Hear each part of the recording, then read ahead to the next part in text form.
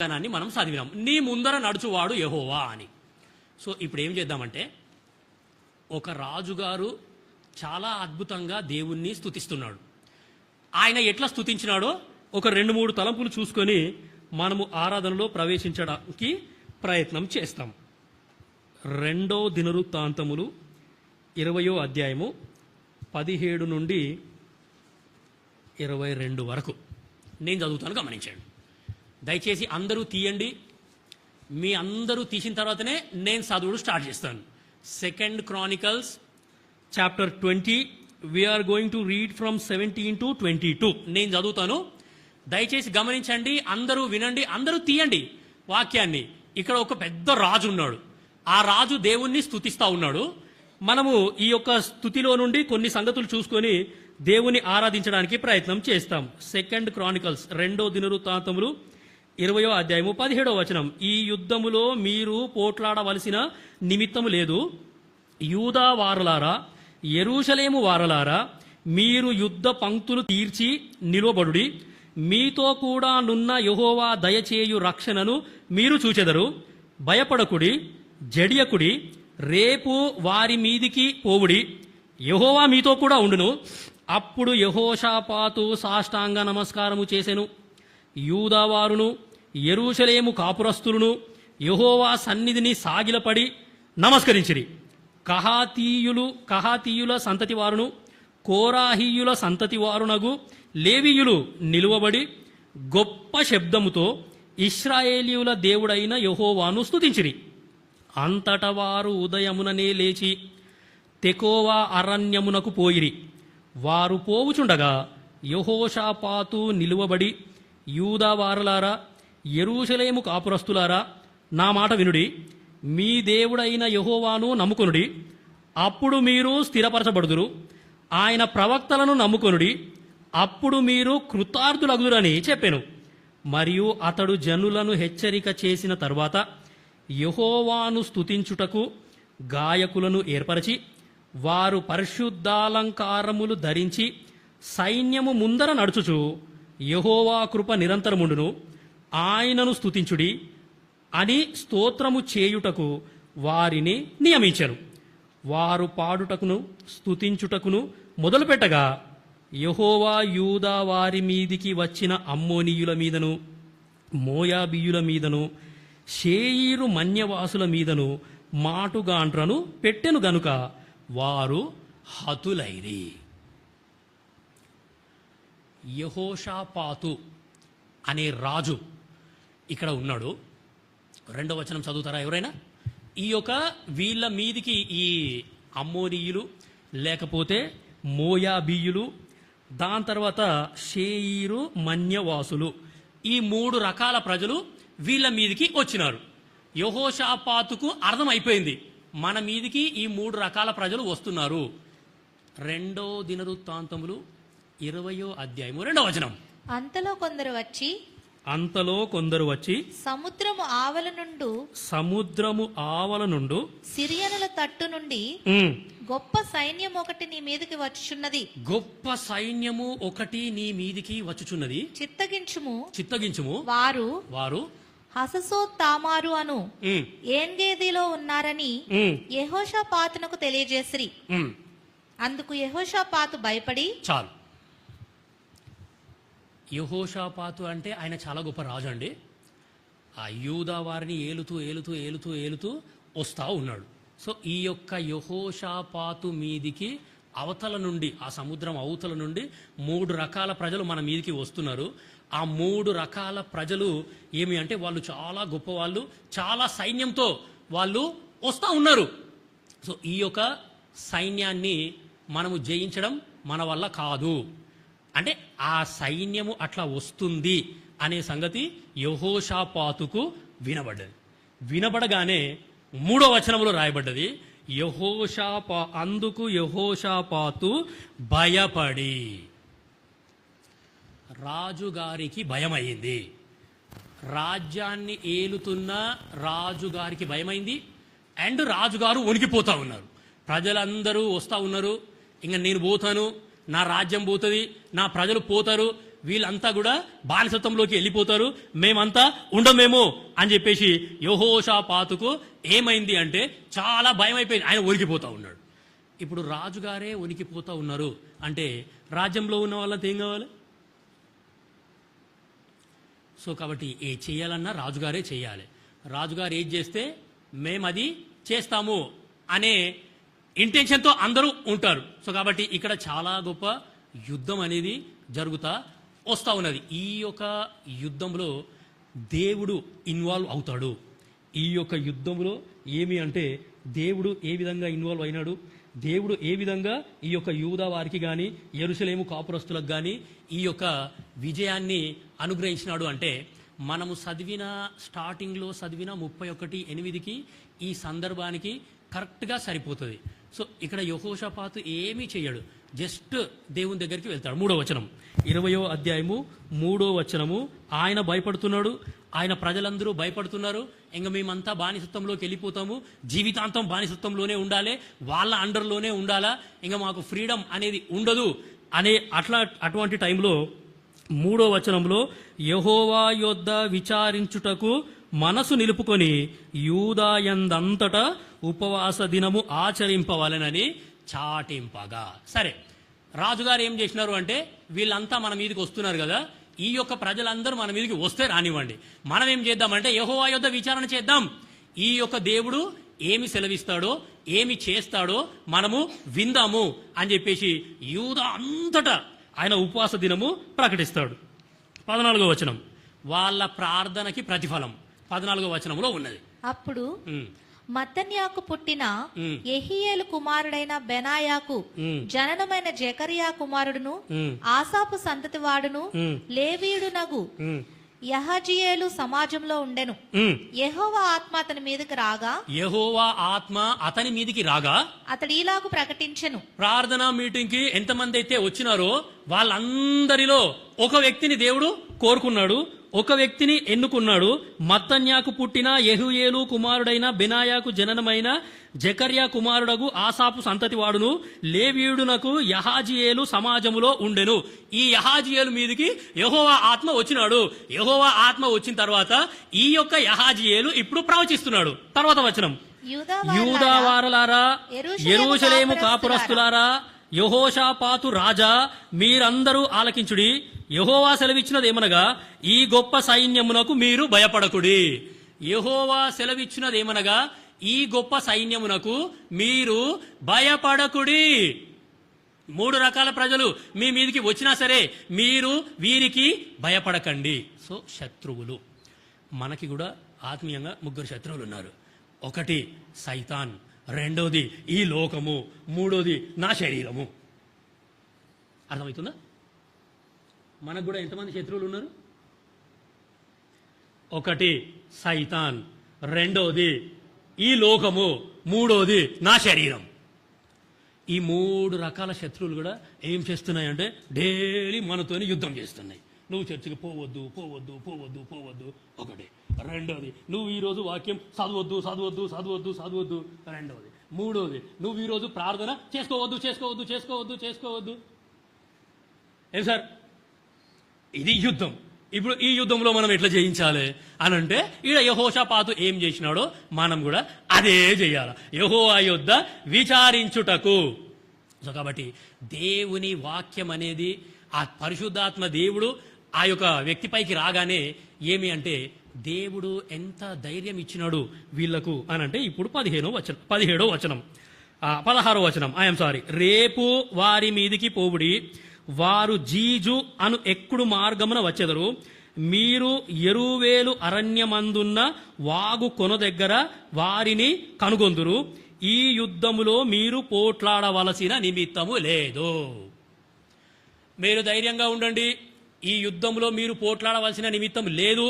మీరందరూ కూడా ధైర్యంగా వెళ్ళిపోండి వాళ్ళ దగ్గరికి, వాళ్ళని ఎదుర్కోవడానికి మీరు వెళ్ళిపోండి. దేవుడు ఈ యుద్ధాన్ని ఎట్లా డీల్ చేస్తాడో, ఎట్లా ఈ దేవుడు యుద్ధంలో ఇన్వాల్వ్ అవుతాడో, మీకు ఎంత గొప్ప రక్షణ అనుగ్రహిస్తాడో దయచేసి మీరు చూడండి అని చెప్పేసరికి వీళ్ళందరూ కూడా విశ్వాసాన్ని బట్టి ఆ ఆ ధైర్యం ఎప్పుడైతే యెహోషాపాతుకు వచ్చిందో ఆ యెహోషాపాతు ఏం చేస్తాడంటే, దేవుడు మనకు వాగ్దానం చేసినాడు కదా, దేవుడు ఖచ్చితంగా యుద్ధం చేస్తాను అని చెప్పినాడు కదా, సో కాబట్టి మనం ఏం చేద్దామంటే ఇప్పుడు దేవుణ్ణి స్తుతిద్దాము. చూడండి 17వ వచనం, ఈ యుద్ధములో మీరు పోట్లాడవలసిన నిమిత్తము లేదు. యూదా వారులారా, యెరూషలేము వారులారా, మీరు యుద్ధ పంక్తులు తీర్చి నిలువబడుడి. మీతో కూడా నున్న యెహోవా దయచేయు రక్షణను మీరు చూచెదరు. భయపడకుడి, జడియకుడి, రేపు వారి మీదికి పోవుడి, యెహోవా మీతో కూడా ఉండును. సో దేవుడు వీళ్లకు వాగ్దానం చేసేసరికి యెహోషాపాతుకి చాలా ధైర్యం వచ్చేసింది. సో ఆయన లోపల ఉన్న భయం మొత్తం పోయింది. సో స్తుతించుట అనేది ఏం చేస్తుంది అనంటే భయాన్ని తొలగిస్తుంది. స్తుతించుట అనేది ఏం చేస్తుంది అనంటే యుద్ధాన్ని జయించడానికి నాకు సహాయం చేస్తుంది. స్తుతించుట అనేది ఏం చేస్తుంది అనంటే ఈ ఆత్మీయ పోరాటంలో నాకు విజయం అనుగ్రహిస్తుంది. సో యెహోషాపాతు ఏం చేసినాడు అనంటే వాళ్ళు ఇంకా అప్పటికి యుద్ధానికి వెళ్ళలేదు, శత్రువులు వీళ్ళ దగ్గరికి రాలేదు. 18వ వచనం, అప్పుడు యెహోషాపాతు సాష్టాంగ నమస్కారము చేసెను. యుద్ధం ఇంకా అయిపోలేదు, వీళ్ళు యుద్ధాన్ని జయించలేదు, శత్రువులు వీళ్ళ దగ్గరికి వస్తున్నారు, ఇంకా వాళ్ళు వీళ్ళని టచ్ కూడా చేయలేదు, ఎక్కుడు మార్గాన వాళ్ళు వస్తున్నారు, వీళ్ళేమో ఇంకా ఆ శత్రువులను చూడలేదు, వాళ్ళని ఎదుర్కోవడానికి వెళ్తా ఉన్నారు. దేవుడు వీళ్లకు వాగ్దానం చేసేసరికి యెహోషాపాతుకు వెంటనే ఏం ఆలోచన వచ్చిందంటే, దేవుడు మనకు విజయం అనుగ్రహించేసినాడు, దేవుడు మనకంటే ముందు వెళ్ళిపోయినాడు, ఈ దేవుడు ఈ యొక్క యుద్ధాన్ని దేవుడే జరిగిస్తాడు, మనకు దేవుడు విజయం అనుగ్రహించినాడు, కాబట్టి మనమంతా ఏం చేద్దామంటే ఇప్పుడు దేవుణ్ణి ఆరాధన చేద్దాం. యెహోషాపాతు సాష్టాంగ నమస్కారము చేసి యూదావారును యెరూషలేము కాపురస్తులను యెహోవా సన్నిధిని సాగిలపడి నమస్కరించిరి. అసలు వీళ్ళు శత్రువులను చూడలేదు, శత్రువుల దగ్గరికి వెళ్ళలేదు, శత్రువులు వీళ్ళని టచ్ చేయలేదు, వీళ్ళు శత్రువులతో యుద్ధం చేయలేదు, అయినా సరే వీళ్ళు ఏం చేస్తున్నారంటే దేవుణ్ణి స్తుతిస్తున్నారు. అంటే వాళ్ళు ఏమని స్తుతిస్తున్నారు అంటే, ప్రవ్వా నువ్వు మాకంటే ముందుగానే వెళ్ళిపోయినావు, ఈ యుద్ధాన్ని నువ్వు చేస్తున్నావు, మేమంతా యుద్ధంలో గెలిచేసినాము, ఇంకా మేము నీ మాటను బట్టి మేమేం చేస్తామంటే ముందుకి సాగుతానే ఉంటాము అని చెప్పేసి వీళ్ళంతా స్తుతిస్తూ ఉన్నారు, కేకలు వేస్తూ ఉన్నారు, గొప్ప శబ్దంతో వాళ్ళు ఏం చేస్తున్నారంటే దేవుణ్ణి స్తుతిస్తా వెళ్తున్నారు. 19వ వచనం, కహాతీయుల సంతతి వారును కోరాహీయుల సంతతి వారునగు లేవీయులు నిలువబడి గొప్ప శబ్దముతో ఇశ్రాయేలీయుల దేవుడైన యెహోవాను స్తుతించిరి. గొప్ప శబ్దంతోని. సో ఈ యొక్క వీళ్ళంతా కూడా అంటే వీళ్ళందరికీ ధైర్యం వచ్చేసింది, దేవుడు ఆల్రెడీ యుద్ధానికి వెళ్ళిపోయినాడు, ఇంకా మనమంతా మనకు ఫ్రీడమ్ వచ్చేసింది, దేవుడు అక్కడ యుద్ధం చేస్తున్నాడు, ఈ యుద్ధంలో దేవుడు మనకు ఆల్రెడీ విజయం అనుగ్రహించేసినాడు అని చెప్పేసి వీళ్ళంతా కూడా గొప్ప శబ్దంతో స్తుతిస్తా వెళ్తున్నారండి. సో దేవుని మందిరంలో నువ్వు నేను నేర్చుకోవాల్సింది కూడా ఇదే. అనుక్షణము ప్రతి పరిస్థితిలో నువ్వు నేను దేవుణ్ణి స్తుతించుట అనేది నేర్చుకోవాలా. ఇక్కడ యుద్ధము అంటే ఇది మామూలు మాటలు కాదు. అవతల సైనికులు చాలా గొప్ప వాళ్ళు ఉన్నారు, వాళ్ళ దగ్గర ఎన్నో ఆయుధాలు ఉన్నాయి, వాళ్ళ దగ్గర చాలా విషయాలు ఉన్నాయి, ఆ యొక్క ఆయుధాలు కానీ వాళ్ళ బలము కానీ వాళ్ళ బలగం కానీ వాళ్ళ సైనికులు కానీ చాలా గొప్పవారు ఉన్నారు, చాలా వాళ్ళ సంఖ్య చాలా ఎక్కువగా ఉంది. సో వాళ్ళందరూ కూడా వీళ్ళ మీదకి వస్తున్నారు అంటే వీళ్ళకి చాలా భయం అయిపోయింది. అటువంటి భయంలో దేవుని దగ్గర విచారణ చేసినప్పుడు దేవుడు ముందుగానే వీళ్ళకి విజయాన్ని డిక్లేర్ చేసినాడు కాబట్టి ఇంకా వీళ్ళ లోపల భయం పోయింది, మనమంతా దేవుణ్ణి స్తుతిద్దాము అని గొప్ప శబ్దంతోని వీళ్ళు దేవుణ్ణి స్తుతిస్తున్నారు. 20వ వచనం, అంతటా 2వ దినవృత్తాంతములు 20వ అధ్యాయము 20వ వచనం, అంతటా వారు ఉదయముననే లేచి తెకోవ అరణ్యమునకు పోయిరి. వారు పోవుచుండగా యెహోషాపాతు నిలువబడి, యూదా వారులారా యెరూషలేము కాపురస్తులారా నా మాట వినుడి, మీ దేవుడైన యెహోవాను నమ్ముకొనుడి, అప్పుడు మీరు స్థిరపరచబడుదురు, ఆయన ప్రవక్తలను నమ్ముకొనుడి, అప్పుడు మీరు కృతార్థులగుదురని చెప్పెను. 21, మరియు అతడు జనులను హెచ్చరిక చేసిన తరువాత యెహోవాను స్తుతించుటకు గాయకులను ఏర్పరచి వారు పరిశుద్ధాలంకారములు ధరించి సైన్యము ముందర నడుచుచు యెహోవా కృప నిరంతరముండును, ఆయనను స్తుతించుడి అని స్తోత్రము చేయుటకు వారిని నియమించెను. సో ఇంకా వీళ్ళు యుద్ధానికి వెళ్ళనే లేదు, శత్రువులు వీళ్ళని అసలు ముట్టుకోనే లేదు. అయినా సరే యెహోషాపాతుకి ధైర్యం వచ్చింది. ఆ యెహోషాపాతుకి ఎంతటి ధైర్యం వచ్చిందంటే, దేవుడు చెప్పిన వాగ్దానం ఖచ్చితంగా నెరవేరుస్తాడు, ఈ దేవుడు మనకు ఆల్రెడీ విజయాన్ని అనుగ్రహించేసినాడు కాబట్టి ఇప్పుడు మనము వేడుకొనుట కాదు, మనమంతా ఏం చేద్దామంటే దేవుణ్ణి స్తుతిద్దాం, దేవుణ్ణి స్తుతించుకుంటూ వెళ్దాము అని పాటలు పాడే వాళ్ళని, సంగీత వాయిద్యాలు వాయించే వాళ్ళని ముందు లైన్లో పెట్టినాడు. వాళ్ళంతా పాటలు పాడుకుంటూ వెళ్తా ఉన్నారు. పైనుండి దేవుడు చూస్తూనే ఉన్నాడు, వీళ్ళు ఏం చేస్తున్నారు, ఎట్లా డీల్ చేస్తారు. సో దేవుడు విజయం అనుగ్రహించేసినాడు అనే నమ్మకం వాళ్ళ లోపల వచ్చేసిన తర్వాత వీళ్ళంతా కూడా దేవుని స్తుతిస్తున్నారు. ఆ యొక్క దేవుడు వీళ్ళ స్తుతి చూసినాడు, వీళ్ళ కాన్ఫిడెన్స్ని చూసినాడు, వీళ్ళ విశ్వాసాన్ని చూసినాడు, వీళ్ళ ధైర్యాన్ని చూసినాడు. దేవుని మాటను విని దేవుని మాటకు లోబడి వీళ్ళు ముందుకు సాగుతూ ఉంటే ఆ దేవుడే కిందికి దిగొచ్చేసి ఏమి అంటే అక్కడ మాటుగాండ్రని దేవుడు పెట్టినాడు.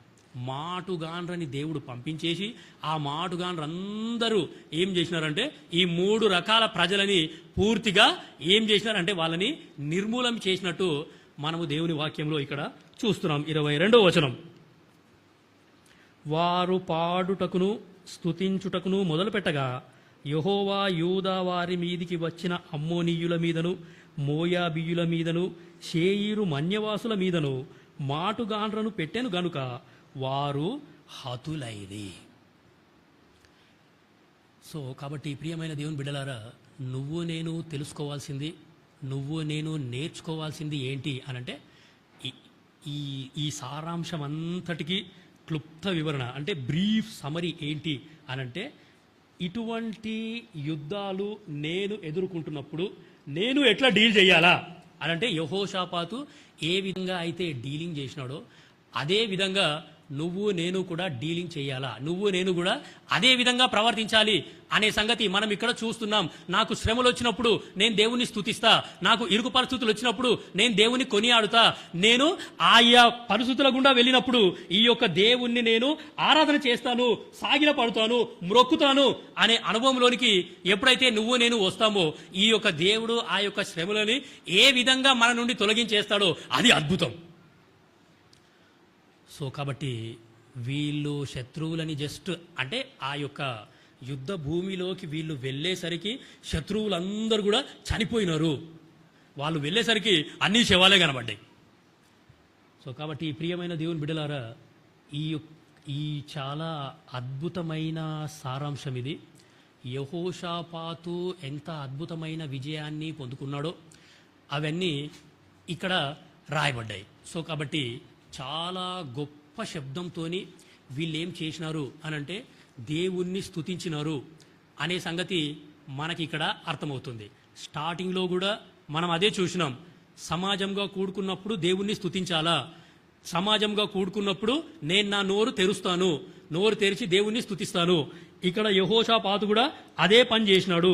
ప్రజలందరూ కూడుకున్నప్పుడు ఆయన ఏం చేసినాడంటే గొప్ప శబ్దముతో ఇశ్రాయేలీయుల దేవుడైన యెహోవాను స్తుతించిరి. గొప్ప శబ్దం, నీకు ఆరాధన చేయడానికి అవకాశం వచ్చినప్పుడు నువ్వు గొప్ప శబ్దంతోని దేవుణ్ణి ఆరాధన అనేది చేయాలా. యేసుక్రీస్తు ప్రభుల వారు మనకు రక్షణ అనుగ్రహించినాడు.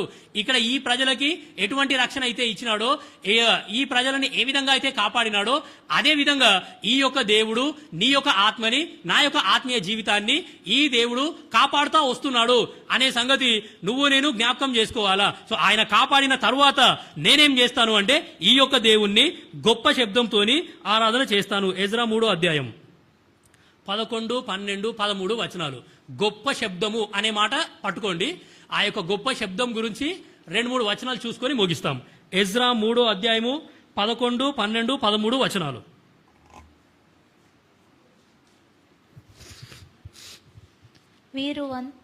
వీరు వంతు చొప్పున కూడి యెహోవా దయాళుడు, ఇశ్రాయేలుల విషయమై ఆయన కృప నిరంతరము నిలుచునని పాడుచు యెహోవాను స్తుతించిరి.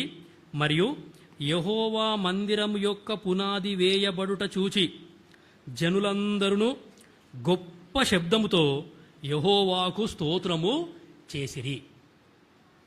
యెహోవా మందిరము యొక్క పునాది వేయబడుట చూచి జనులందరూ కూడా గొప్ప శబ్దంతోని వాళ్ళు ఏం చేసినారు అంటే దేవుణ్ణి స్తుతించినారు. Second time building of the Jerusalem temple సందర్భం ఇది.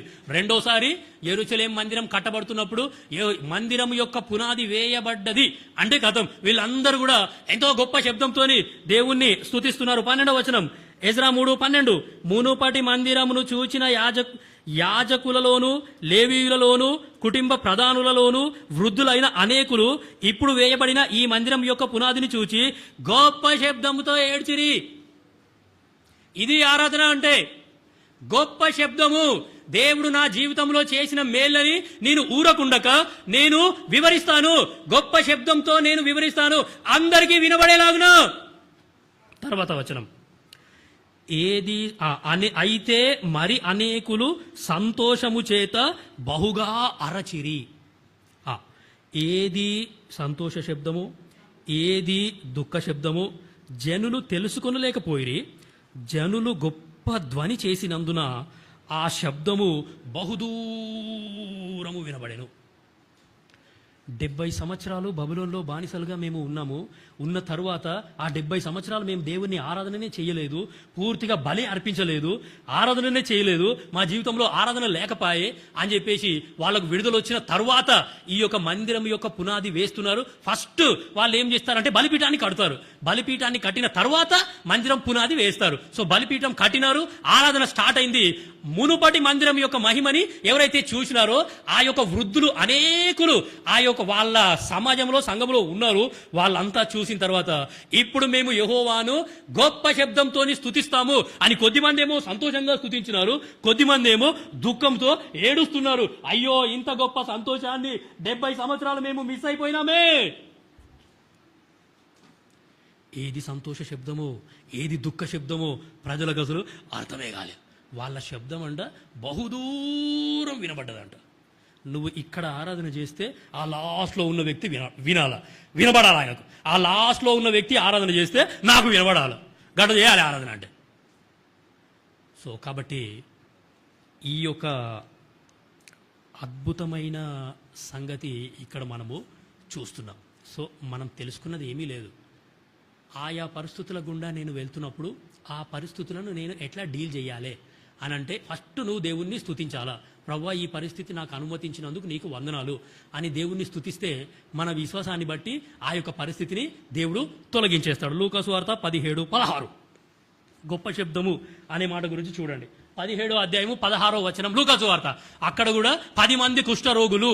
ఆ 10 మంది కుష్ఠరోగులలో దేవుడు ఏం చేసినాడంటే మీరు వెళ్ళండి, పోయి మీ యొక్క బలి అర్పించండి, మోషే నియమించిన ధర్మశాస్త్రం ప్రకారం మీ బలి అర్పించండి అని అంటే వారు వెళుతుండగా శుద్ధులైనారంట. ఆ 10 మంది శుద్ధులైనారు. ఆ 10 మంది శుద్ధులైన తర్వాత ఒక వ్యక్తి తనకు స్వస్థత కలిగిందన్న సంగతి తెలుసుకొని వెనకాలికి వచ్చి ఆయన ఏం చేస్తున్నాడో చూడండి. 17th chapter 16th verse Luke's gospel.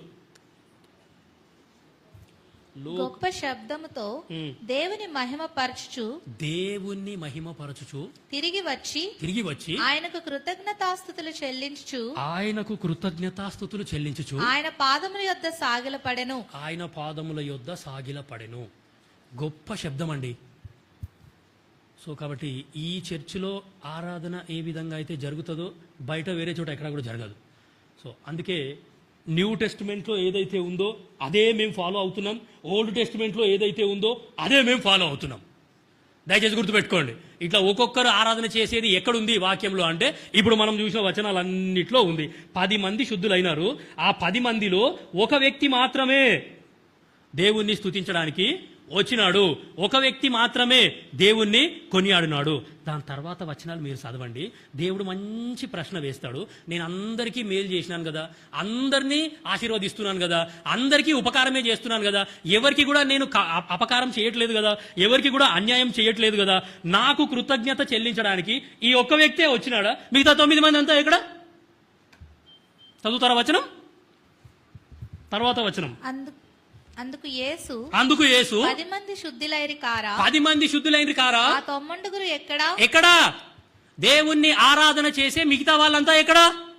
కేవలం ఒక్కరేనా? ఒకరేనా దేవుని ఆరాధన చేసేది? మిగతా వాళ్ళంతా ఎక్కడ? ఇది దేవుని యొక్క ప్రశ్న. సో ఏది ఏమైనా గొప్ప శబ్దంతో ఈ వ్యక్తి గొప్ప శబ్దంతోనే దేవునికి కృతజ్ఞతాస్తుతులు చెల్లిస్తున్నాడు. మిగతా 9 మంది విన్నారా, వినలేరా? ఏమ్మా, మిగతా 9 మంది కుష్ఠరోగులు, వాళ్ళకు కూడా స్వస్థత కలిగింది. ఈ వ్యక్తి గొప్ప శబ్దంతో దేవుని ఆరాధన చేస్తూ ఉంటే, దేవుని స్తుతిస్తూ ఉంటే మిగతా 9 మందికి వినపడ్డదా, వినపడలేదా? ఖచ్చితంగా వినపడ్డది. మరేరి దేవునికి కృతజ్ఞతాస్తుతులు చెల్లించరా? నిన్ను స్వస్థపరిచినందుకు నువ్వు దేవుని కృతజ్ఞతాస్తుతులు చెల్లించవా? కాబట్టి అందుకే నేను ఎక్కడ వాక్యం చెప్పడానికి పోయినా ఇక్కడికి వచ్చిన వాళ్ళు ఇక్కడనే ఉండండి, వేరే చోటికి వెళ్ళకండి. స్తుతి అంటే ఏంది, ఆరాధన అంటే ఏంది, కృతజ్ఞతాస్తుతులు అంటే ఏందో ఇక్కడ మంచిగా నేర్పిస్తారు మీకు. ఇంకో సందర్భం చూడండి, అపోస్తలుల కార్యములు 3వ అధ్యాయము 8వ వచనం ముగించేస్తాం. వాడు దిగ్గున నిలిచి నడిచెను. సందర్భం ఏంటంటే పుట్టుకతో కుంటి అయిన వ్యక్తిని పేతురు, యోహాన్లు స్వస్థపరుస్తారు. వాడు భిక్షగాడు అనే మాట అక్కడ రాయబడ్డది. ఆ భిక్షగాడు స్వస్థత అయిన తర్వాత, అంటే వాళ్ళు అక్కడ ప్రార్థన మీటింగ్ పెట్టుకున్నారు. మధ్యాహ్నం పూట చర్చిలో ప్రార్థన మీటింగ్ పెట్టుకున్నారు. చర్చిలో చాలా మంది ఉన్నారు. చదవమ్మా. వాడు దిగ్గున లేచి నిలిచి నడిచెను. నడుచుచు గంతులు వేయుచు దేవుని స్తుతించుచు వారితో కూడా దేవాలయంలోనికి వెళ్ళి